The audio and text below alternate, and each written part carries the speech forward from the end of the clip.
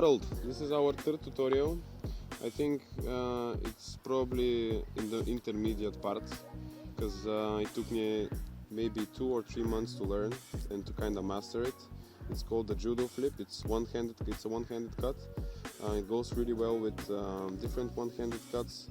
For example, if you follow the tutorial, which is ATM, you might combine that with the ATM, but I recommend watching the next tutorial, which is probably going to be Lego Love, which is this move, and it combines really nicely with the Judo flip. So the first thing you need is to grip the cards in elevator's grip. This is called the elevator's grip, where we have the pointer here, the pinky, those two fingers on the right side, and the thumb here. Then you release, and you have to grip. Basically, you have to cut a couple, maybe 3 cards with the thumb. When you cut them, you have to. The beginning is like a charade cut, but instead of cutting so many cards, you have to cut maybe 4 or 5 cards. You can also start without cutting the cards, but it's harder, so I recommend doing it with cutting the cards first with the thumb. First thing is we cut the cards, then we put our middle finger in the top right corner and the thumb here. So basically we can do a lot of stuff like that, so you can see that it's isolated from the other part of the deck. So let's do it again. We cut a couple cards. That's a lot of cards, maybe it's 5 or 6 cards, but it doesn't matter. As soon as they're not like 15 or something, it will work with me because I've already done it, but it doesn't look aesthetically good. So it looks nice as long as they're like under 10 cards or 9 cards. So we have the middle finger on the top right corner, and we have the thumb on the bottom left corner. First thing we have to do is we have to use the pinky and the ring finger to extend this packet so they don't interlock with each other. It's a really hard move, so that's why I'm probably going to put it in the intermediate phase. But let's proceed. So this is middle finger is going to be on the top right corner. We have the thumb on the bottom left corner. We use the thumb to move it on the back of the deck. Also use the ring finger and the pinky finger to extend this packet so they don't touch each other. The second phase, so this is the first phase. The second phase is to spin this packet like that and then release it, but this I think is going to be the third phase. So let's split it into phases. The first phase is cutting the packet and positioning the fingers like that. So this is the first thing you have to learn. We cut the 5 or 6 cards, doesn't matter, as I said, as long as they're under 15. We have the middle finger on the top right and the thumb on the bottom left. We use the thumb to twist it, so it's in the back of the deck, while using the ring and the pinky finger to extend the bigger chunk of cards.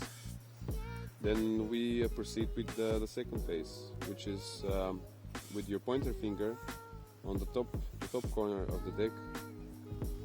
We twist it, we extend the pointer finger like that. So if I remove it, you can see from the bottom how it looks. It doesn't really matter how it looks from the bottom actually, but whatever.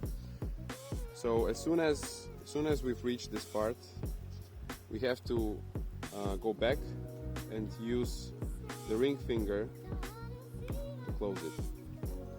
Okay, let's do it again. We're starting from the phase 1 again. So we cut a couple cards. With the middle finger we start from here, and the bottom left corner we have the thumb again. We use the thumb to go back and the ring and pinky to extend this packet. Then we use this finger, the pointer finger, to twist it like that. And we actually, I forgot to mention that when we have already spun this packet, we have to release with those 2 fingers, so it falls in this part of the hand.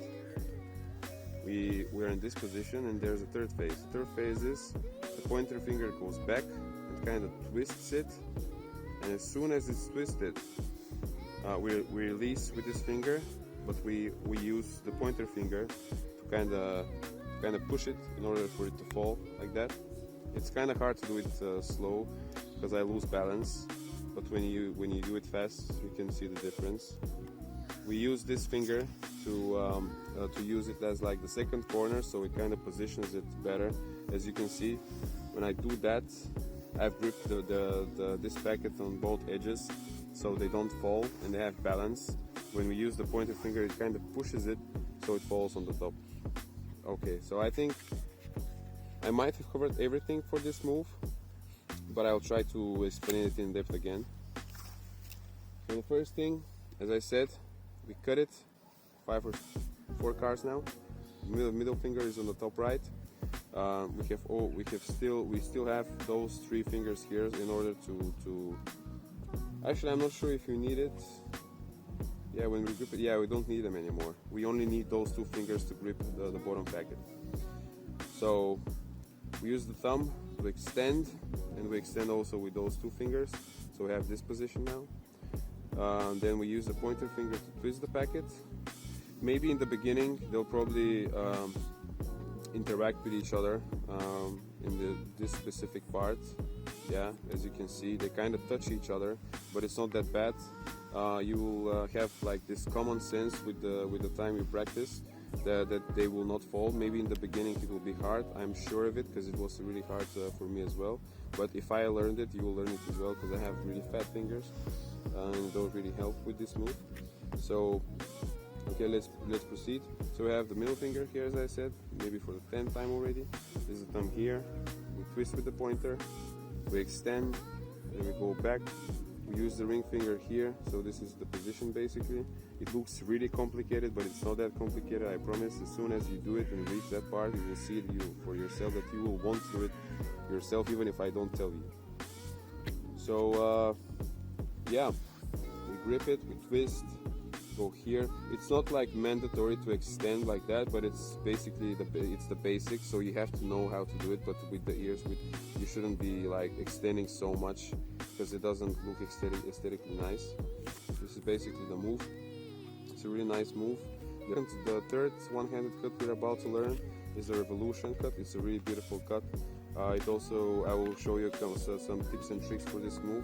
A lot of people actually don't know about this move, I'll tell you, and it looks aesthetically pleasing, but this is going to be the next tutorial. So for now, this is it. Take your time. It's going to be complicated, I promise, but you will feel a lot of self-accomplishment and gratitude when you learn it.